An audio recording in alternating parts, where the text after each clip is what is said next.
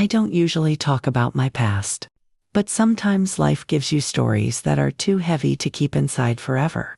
And maybe by telling mine, someone out there will find a little courage to face what they're going through. My story begins in Texas, where I was born and raised. Back then, my world was simple: church on Sundays, chores during the week, family dinners where cornbread and sweet tea were always on the table. I thought my life would stay there forever, in the same small town, under the same wide Texas sky. But love has a way of changing the course of your life when you least expect it. I met him when I was still young, full of hope and dreams. He wasn't from Texas, he was from Georgia. He had this way of talking that made me believe every promise he spoke.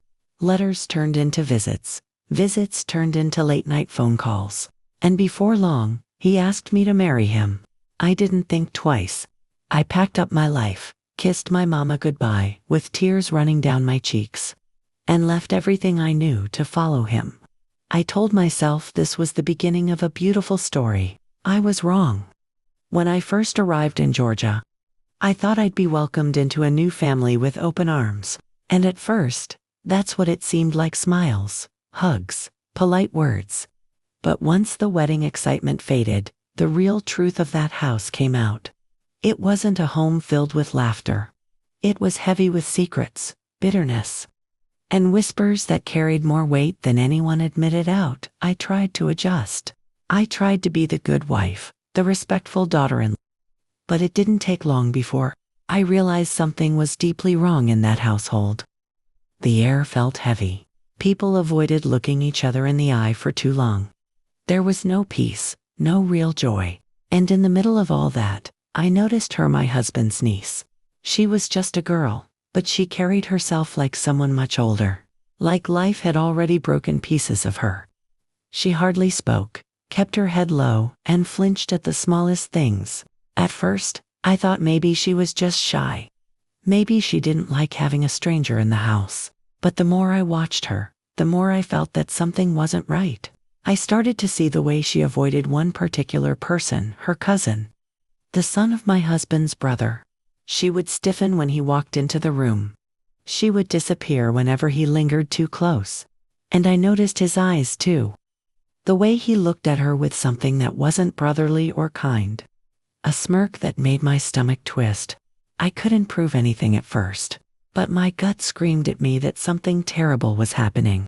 I tried to tell myself maybe I was imagining it. Maybe I was just unsettled because I was in a new place. But the truth wouldn't stay hidden for long. One night, after the house had gone quiet, I found her sitting outside on the porch. She was hugging her knees to her chest, staring out into the dark like she wanted to disappear into it. I sat down beside her and asked softly, "Honey, are you okay?" She shook her head, muttering that she was fine, but her voice cracked. I put my hand on hers and said, "You don't have to tell me if you're not ready. But I see you, and I can tell something's wrong." That's when the dam broke. Tears poured down her face, and the words came tumbling outwards no child should ever have to speak. She told me everything. How her cousin cornered her, whispered threats, touched her when no one was watching. How he made her feel trapped in her own home. How she had tried to tell herself it was nothing, tried to be silent so no one would blame her. But it was eating her alive. I felt my heart shatter in that moment. I pulled her into my arms, and I promised her something I knew I'd never break. This is not your fault. None of it. And you're not alone anymore. I will not let you go through this alone. From that moment on, I knew my life in Georgia wasn't going to be what I imagined. I thought I came there to be a wife. But God put me in that house to protect her, to stand by her when no one else would. The next morning, I went to my husband. I told him everything she had told me, expecting him to be furious, to demand justice. Instead, he froze. His first words weren't about her pain, they were about the family's reputation. "If this gets out, it'll tear everything apart," he said. I couldn't believe it. How could he think about saving face when that child was suffering every single day? That was when I realized just how toxic that family truly was. Silence mattered more to them than truth. Appearance mattered more than protection. And I had a choice to make: either stay quiet like everyone else, or fight for her even if it meant tearing down walls that had stood for generations. I chose her. It wasn't easy. Lord knows it wasn't. There were arguments that shook the walls of that house. My husband begged me to drop it. His relatives accused me of lying, of stirring trouble, of not knowing my place. Some of them flat out told me I was going to ruin the family. But every time I looked at that girl, with her tear-streaked face and trembling hands, I knew I couldn't stop.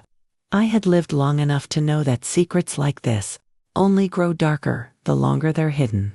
I confronted her abuser directly once. He laughed at me, said I didn't know what I was talking about. But I saw the flicker of fear in his eyes. He knew his secret wasn't safe anymore. And that was enough for me to keep pressing forward. Eventually, the truth couldn't be buried any longer. Word spread, and the family had to face it. Some finally believed her. Others still tried to silence it. But she wasn't alone anymore. I stood with her, through every cruel word, through every denial, through every tear. And slowly, she began to heal. She started to smile again, even if just a little. She began to talk more, to laugh softly when something was funny. She started to believe that maybe life wasn't just pain and silence.